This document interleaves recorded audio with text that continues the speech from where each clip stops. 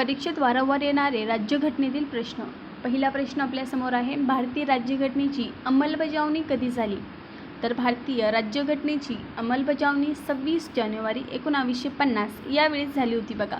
हे आपल्याला लक्षात ठेवायचं आहे. पुढील प्रश्न आहे दुसरा, भारतीय राज्यघटनेचे शिल्पकार कोण मानले जातात? तर आपल्या भारतीय राज्यघटनेचे शिल्पकार आपण डॉक्टर बाबासाहेब आंबेडकर यांना मानतो. मसुदा समितीचे अध्यक्ष कोण आहेत असा जर प्रश्न आला तर बाबासाहेब आंबेडकर हेच मसुदा समितीचे अध्यक्ष आहे. आता आपल्या भारताचे पहिले पंतप्रधान कोण आहेत? तर पंडित जवाहरलाल नेहरू हे आपल्या भारताचे पहिले पंतप्रधान आहे.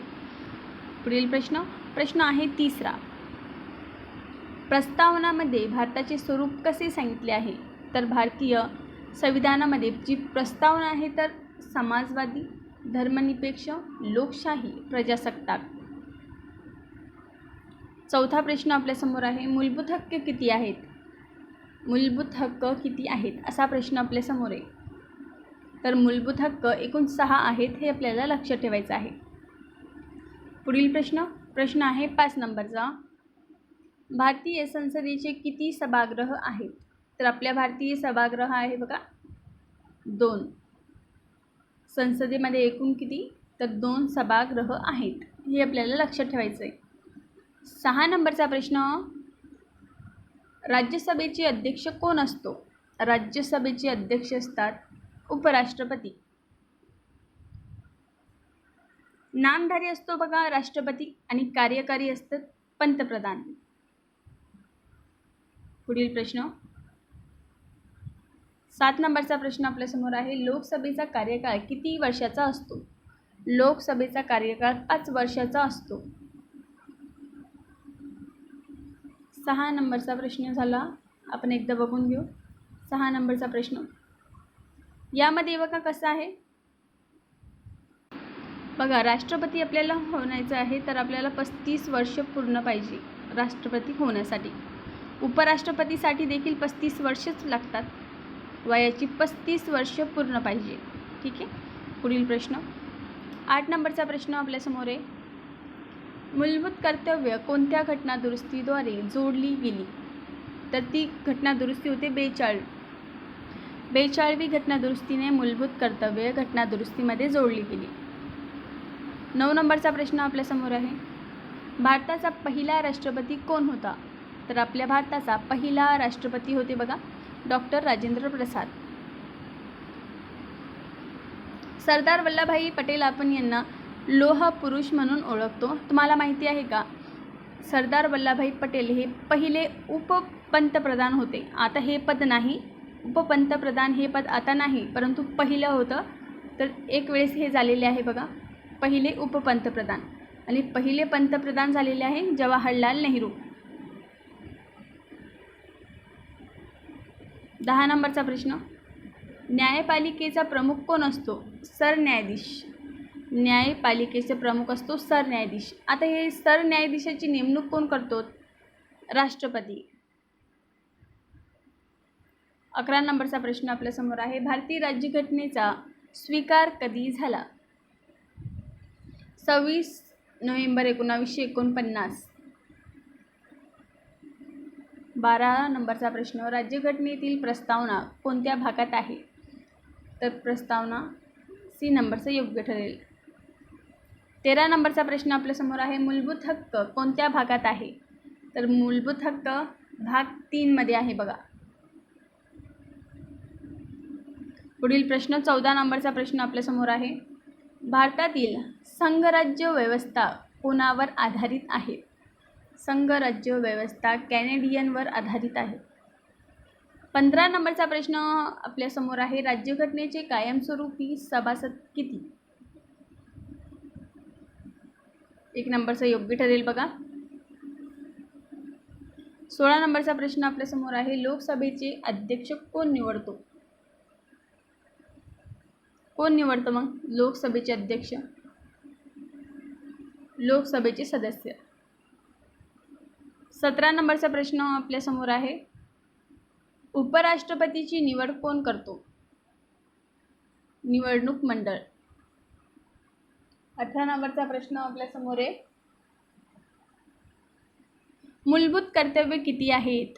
तर मूलभूत कर्तव्य एकूण 11 आहेत बघा. 19 नंबरचा प्रश्न, राज्यपालाची नियुक्ती कोण करतो? राज्यपालाची नियुक्ती करतात राष्ट्रपती. तुम्हाला माहिती आहे का, राज्यपाल होण्यासाठी 35 वर्ष पूर्ण पाहिजे. समजा तुम्हाला राज्यपाल व्हायचं आहे तर तुम्हाला 35 वर्ष पूर्ण पाहिजे. तुम्ही राज्यपाल झाला तर राष्ट्रपतीची मर्जी असेपर्यंत तुम्ही तुमच्या पदावर राहू शकता. त्यांची जेव्हापर्यंत त्यांची मर्जी आहे तेव्हापर्यंत तुम्ही आहेत. तसं तुमचं कार्यकाळ असेल बघा 5 वर्षाचा. समजा तुम्हाला राज्यपाल व्हायचं आहे तर 5 वर्षापर्यंत आपल्या पदावर तुम्ही राहू शकता. ठीक आहे. 20 नंबरचा प्रश्न, सर्वोच्च न्यायालयाचा प्रमुख कोण? सर्वोच्च न्यायालयाचा प्रमुख सरन्यायाधीश. 21 नंबरचा प्रश्न, पंचायती राज व्यवस्था कोणत्या घटनादुरुस्तीने आली? 73व्या घटनादुरुस्तीने करण्यात आली होती बघा पंचायती राज व्यवस्था. 22 नंबरचा प्रश्न, नगरपालिकांसाठी कोणती दुरुस्ती आहे? तर 74वी. ठीक आहे. पुढील प्रश्न, 23 नंबरचा प्रश्न आपल्यासमोर आहे, राष्ट्रपतीचा कार्यकाळ किती वर्षाचा असतो? तर 5 वर्षापर्यंत ते आपल्या पदावर राहू शकतात. तुम्हाला माहिती आहे का, राष्ट्रपतींच्या कारवर नंबर प्लेट राहत नाही. 24 नंबरचा प्रश्न, भारतात किती अनुसूच्या आहेत? 12 अनुसूच्या आहेत. 25 नंबरचा प्रश्न आपल्यासमोर आहे, केंद्रीय मंत्रिमंडळाचा प्रमुख कोण? केंद्रीय मंत्रिमंडळाचा प्रमुख असतो पंतप्रधान. पुढे 26 नंबरचा प्रश्न, न्यायिक पुनरावलोकन संकल्पना कोणाकडून घेतली? अमेरिकाकडून आपण घेतलेली आहे. 27 नंबरचा प्रश्न आपल्यासमोर आहे, राज्य विधिमंडळाचे प्रमुख कोण? राज्य विधिमंडळाचे प्रमुख कोण असतात? तर विधानसभाचे अध्यक्ष असतात. 28 नंबरचा प्रश्न खूप महत्त्वाचा आहे आपल्यासाठी, आणीबाणीची तरतूद कोणत्या भागात आहे? आणीबाणीची तरतूद भाग 18. 29 नंबरचा प्रश्न, निवडणूक आयोग किती सदस्यांचा असतो? संसद ठरवतो बघा. पुढील प्रश्न, भारताचे पहिले पंतप्रधान कोण? मागाशी तुम्हाला समजून सांगितलं, आपल्या भारताचे पहिले पंतप्रधान आहे जवाहरलाल नेहरू. सरदार वल्लभभाई पटेल यांचा भारतातील सर्वात मोठा पुतळा आहे बघा, तो कोणत्या राज्यामध्ये आहे हे तुम्हाला मला कमेंटमध्ये सांगायचं आहे.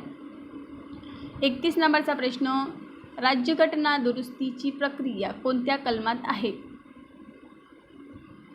तर बी नंबरचं योग्य ठरेल.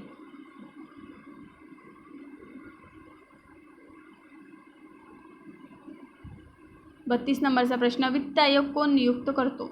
राष्ट्रपती. चला मग थोडक्यात बघून घ्या. 52 ही कलम कशा संबंधित आहे? तर 52 ही जी कलम आहे ती राष्ट्रपती संबंधित आहे आणि सध्या राष्ट्रपती कोण आहे? द्रौपदी मुर्मू.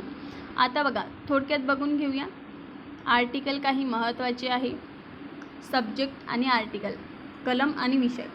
52 कलम आहे बघा राष्ट्रपती संबंधित, 63 कलम आहे उपराष्ट्रपती संबंधित, 74 कलम आहे बघा पंतप्रधान या संबंधित, आणि पुढील कलम आहे बघा 79 ती संसद संबंधित कलम आहे. हे महत्त्वाचे बघा. भारतीय घटनेत घेतलेली गोष्टी, संसदीय शासन पद्धत आपण इंग्लंड या देशाकडून घेतलेली आहे, हे आपल्याला लक्षात ठेवायचं आहे. मार्गदर्शन तत्त्वे आयर्लंड याकडून घेतलेली आहे, मूलभूत हक्क अमेरिका आणि कायदा निर्मिती इंग्लंड या देशाकडून आपण घेतलेली आहे. आता समजून सांगितलं तर द्या मग या प्रश्नाचं उत्तर. भारतीय राज्यघटनेत मूलभूत हक्क कोणत्या देशातून घेण्यात आले आहेत? मूलभूत हक्क आपण कोणत्या देशाकडून घेतलेले आहे? आत्ता समजून सांगितलं तुम्हाला, अमेरिका या देशाकडून आपण मूलभूत हक्क घेतलेले आहेत, हे आपल्याला लक्षात ठेवायचं आहे. हे काही महत्त्वाचे प्रश्न होते बघा तुमच्यासाठी, बघून घ्या. व्हिडिओ आवडल्यास लाईक शेअर करायला विसरू नका. धन्यवाद.